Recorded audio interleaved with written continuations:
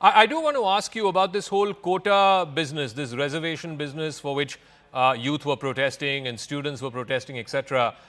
How did that become the final trigger in the Prime Minister stepping down? The quota is just spark. So quota could have easily resolved. This is very simple at mathematics. I mean, I'm talking mathematics means simple politics. She could have already negotiated, because that is not in her arena. It has to be in the Supreme Court. So she could have easily explained that, look, this is a Supreme Court issue. You have to please give me some time. Let the Supreme Court give a decision. Supreme Court was a delay. That is also another major disaster. So, Mr. Samad, what happens now? Is there going to be an army-led interim government? Will there be fresh elections? Has there been any reaction from the BNP or the Jamaat-e-Islami? No way. Number one, come on. You didn't do your hope. That's why I'm really surprised with you. Jamaat-e-Islami is banned party. Jamaat-e-Islami has 4% vote in the total constituency in Bangladesh. Why are you talking about Jamaat-e-Islami? No, I want to know what happens next. Why don't you talk only about the army? What happens really next? Rest the economy. What happens next? If there is a free and fair election, and of course the inclusive election, definitely Awami League will come back to power. But of course, not with the majority. So you are saying much of this anger is directed against Hasina, not so much against her party itself. And why is that?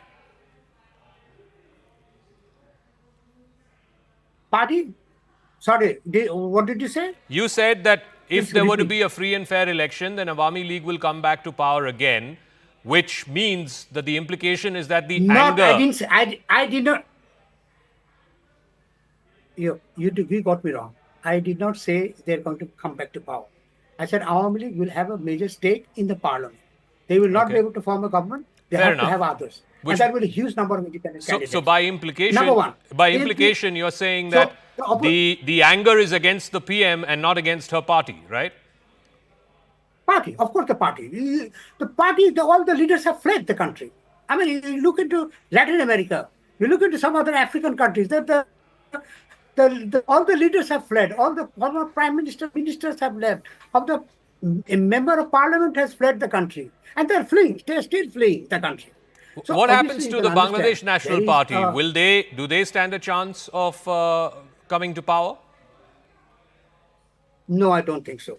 I don't think so, because they do not have vote or voters regime in the grassroots. So they will not be able to manage a majority seat.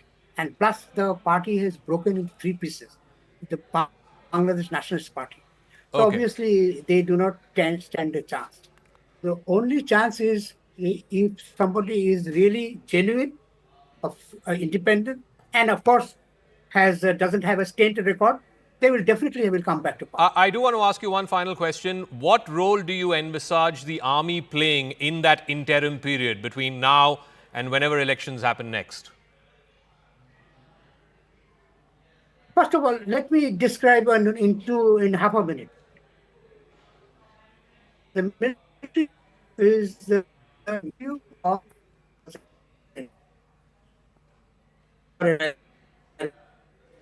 person has a heart problem. There's a 2 stent in his heart. So number one, this person will not be able to take so huge responsibility of a regime, of a whatever. So he has only one chance of giving the power back to the constitution. So the power, definitely, she will have to resign to the president. The president will ask the speaker to form a government, to have an interim government. So you can understand the situation is much, much easier. All right. Army is not going to take a role for 2 reasons. Number one, the army will compromise with their assignment or job or opportunities in the peacekeeping, which is the largest. So obviously, they will not be able to do that. Number one, as I told you, the chief is already have a heart ailment. It will be very difficult for him to continue with this so-called military regime. All right. Mr. Samad, thank you so much for joining us and confirming for us what you're hearing there on the ground, that Sheikh Hasina, the Prime Minister, has not only resigned, but she's reportedly also left the country, reportedly en route to Helsinki. We'll know where she lands, her plane lands. But Thank you for watching CNBC TV 18. For all the latest news and updates, do follow us on our social media platforms.